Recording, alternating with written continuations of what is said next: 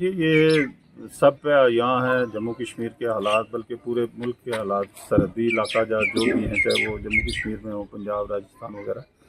लेकिन इस दौरान सबसे ज़्यादा नुकसानात अगर हुए हैं तो वो इसी सरहदी इलाका में हुए हैं, ख़ासकर पुंछ ज़िला में, राजौरी के कुछ इलाके जो फ्रंटियर के हैं, फिर उड़ी, टंगदार, केरन, ये वो इलाके हैं सरहदी जहाँ पे सबसे ज़्यादा नुकसान हुआ है। अब यहाँ मनकोट में मैं पिछले दिनों से दीगर इलाका जात में था, आज मैं पहली मरतबा यहाँ आया हूँ। बल्कि ये जो शेलिंग हुई है इस दौरान मैं मेंढर में ही था, मैंने खुद एक्सपीरियंस किया है कि किस दहशत के माहौल में लोगों ने वक्त गुजारा है। हिजरत करने पर मजबूर हुए, बड़ी तादाद में लोग यहाँ से हिजरत करके दूसरी जगहों पर चले गए। एक तो मैं उन लोगों को मुबारकबाद देता हूँ कि जिनके घरों में हिजरत करने वाले लोग पहुँचे तो उन्होंने बड़ी खंदा पेशानी के साथ उनको वेलकम किया, और जो भी उनके पास अपनी रूखी सूखी रोटी थी उसमें भी बांट कर उन्होंने सब एक दूसरे को अकोमोडेट किया, और किसी तरीके से इस मुश्किल वक्त को हम टाल सके। हम तो दुआ करते हैं कि ये अमन जो है वो कायम रहे। रहा सवाल यहाँ की मुश्किलात का, तो मैं भी बड़ी खामोशी से ये देख रहा था कि यहाँ पे जम्मू कश्मीर की हुकूमत है, यहाँ उनके मिनिस्टर्स भी हैं, वो इस इलाके का दौरा कर चुके हैं, और मैं देख रहा था कि वो लोगों की मुश्किलात में किसी एक जामिया प्रोग्राम के साथ, एक अच्छी हिकमत अमली के साथ सामने आएंगे। मैं एक्सपेक्ट कर रहा था कोई रिलीफ पैकेज उनकी तरफ से होगा, लोगों को राहत पहुंचाएंगे, जहां अनाज की ज़रूरत है वहां अनाज होगा, या और मुश्किलात जो है उनको दूर करने के लिए वो लोगों के पास जाएंगे और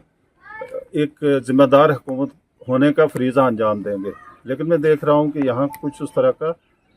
कोई ग्राउंड पे अमली इकदाम उनके हमें नज़र नहीं आए। एक डिमांड जो जगह जगह जहाँ पे भी मैं गया हूँ मैंने देखा है कि लोग दीगर किसी नौ की इमदाद का मुतालबा नहीं करते हैं, वो एक ही डिमांड प्रोजेक्ट कर रहे होते हैं, और वो बंकर्स हैं। और हकीकत भी यही है, क्योंकि सबसे पहले जान बचाने के लिए उनको बंकर दरकार है, उसके बाद किसी और किस्म की उनको हेल्प की ज़रूरत पड़ती है। तो मैंने ये issue ministry of home affairs, government of India के साथ टेकअप किया है। चीफ सेक्रेटरी साहब के साथ मैं राब्ते हूँ, मैं हूँ डिविजनल कमिश्नर साहब से कल रात भी मेरी बात हुई है, डिप्टी कमिश्नर, लोकल एडमिनिस्ट्रेशन, सब के साथ हम टच में हैं। बंकर्स के हवाले से हम एक बेहतरीन प्रोग्राम जो है मरबूत किस्म का वो लेकर सामने आएंगे, उसका सर्वे आजकल में शुरू हो जाएगा। मैंने गवर्नमेंट ऑफ इंडिया से ये मुतालबा किया है कि जिस वक्त आपको प्रायोरिटाइज करना होगा कि बंकर कहाँ कहाँ पे पहली फौरी उस आप कह लीजिए कि